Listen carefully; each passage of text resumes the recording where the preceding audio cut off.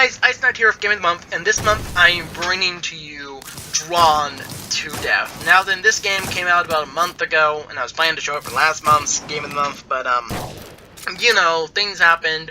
My family dragged me on a trip to go somewhere, and I was away for a week, so that's why I couldn't do, basically, Game of the Month. Otherwise, I would have gotten it out, like, at the very end of the month. Anyway, I'm gonna best describe this game. It's an edgelord's wet dream. The edgy high school edgelord's wet dream. Down from the character design to what the announcer will sometimes say to you, and even the weapon naming, because some of this stuff gets hilarious. Well, anyway, let me get down to the characters. First off, we'll start off with the box art, basically, character. And I know this thing is mostly downloadable, but I'm calling him box art. Alan.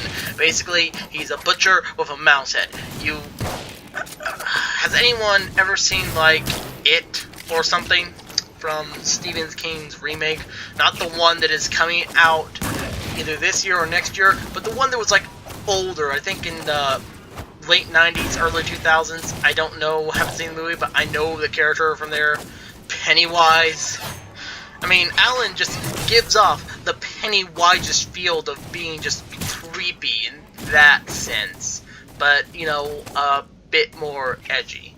Then there is the edgelord of edgelordiness himself, which I'm imagining is the guy who drew this in class from the cutscene, Johnny Savage. I'm guessing somehow Johnny is his real name. Well, anyway, yeah, just that's how I can describe him, edgelord of edgelordiness. Then there's DeBellatana, I think that's how her name is pronounced. Forgive me if I don't say that right. But one thing I like about her is that odd job from James Bond with the hat and the yeah, she does that for an attack. Then there is Cyborgarella. Vampire Cyborg. 2 nightmares in 1. Then there is Bronco. I think, if I'm correct, he's supposed to be a veteran with, like, a war entry because he's missing 1 leg. Then there is Ninja, who speaks Japanese. Remind you of a certain group in high school. Yeah, you know that group. You know them. I'm not going to say their names because every time you call them out by that name, tend to get a lot of this on your back. A lot of them. Well, anyway, I like to say that this game is pretty much neat because each of the characters have a way to counteract each other. Because Cyborgarella, he can see Alan when he turns invisible, but he becomes weaker to Johnny Savage's Devil's Strike, basically, when he's in midair, flying.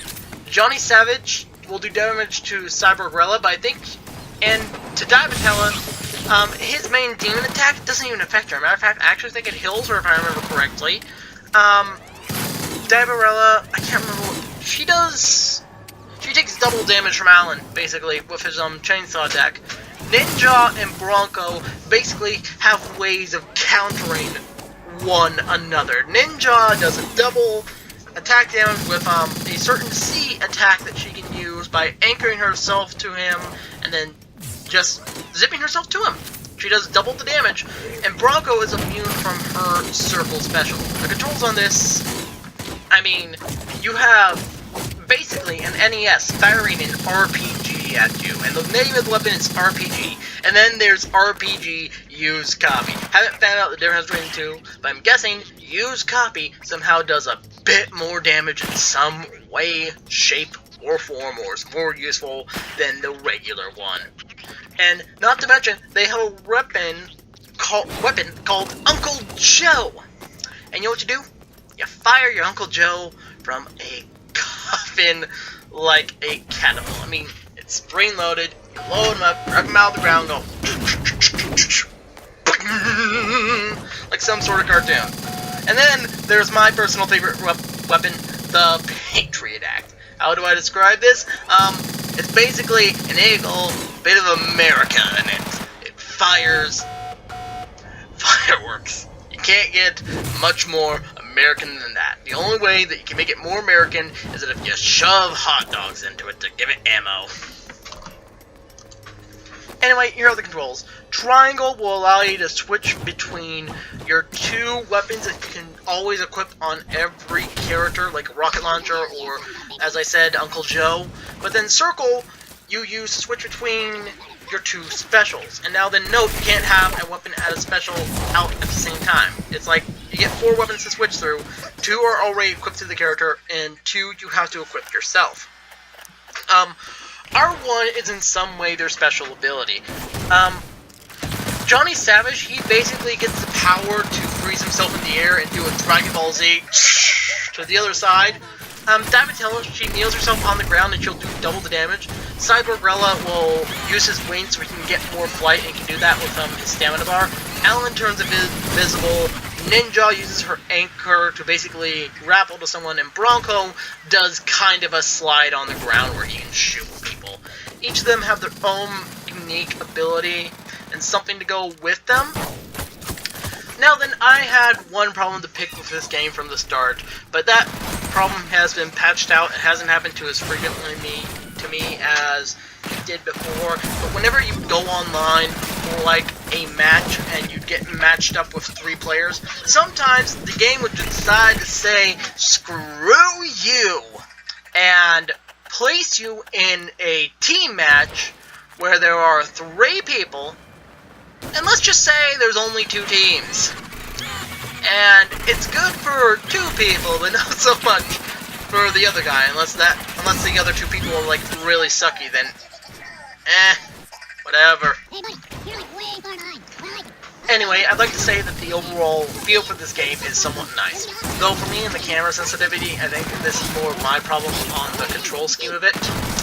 But I have a bit of trouble moving the camera around, locking on targets, but you know, that could just be me. I might just be a bit crappy when it comes to like third-person shooters and not first-person, because I'm still not good at strafing. Don't mock me on that. Alright, now then, one thing I want to mention here is the roster size. With small rosters, it gets easier to balance characters out, but the only problem with it is there isn't really many people to pick from, and you end up with many copies of yourself online. But then again, that's also a pro and con situation with large amount of characters, because while there is a great amount of diversity in what characters are shown and what characters are played at in online matches, you end up with a very uneven and unbalanced roster, and eventually you have a character where if you're going to pick that character, the chances of you winning have greatly increased. And it brings headaches to people like me who just...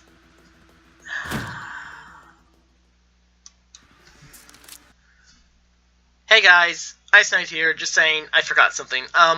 When you're far behind on an online match, the announcer will speak to you through your controller, saying, "Hey bro, you're very far behind, so you know what I'm going to do for you? I'm going to give you a buff to your health and your damage." And that helps out a lot sometimes. It's gotten me from being in last place to second place, and that helped a lot. Anyway, this has been Ice Knight with Nice Gaming League. Please do like and comment on this video, subscribe to the channel for more content, and peace.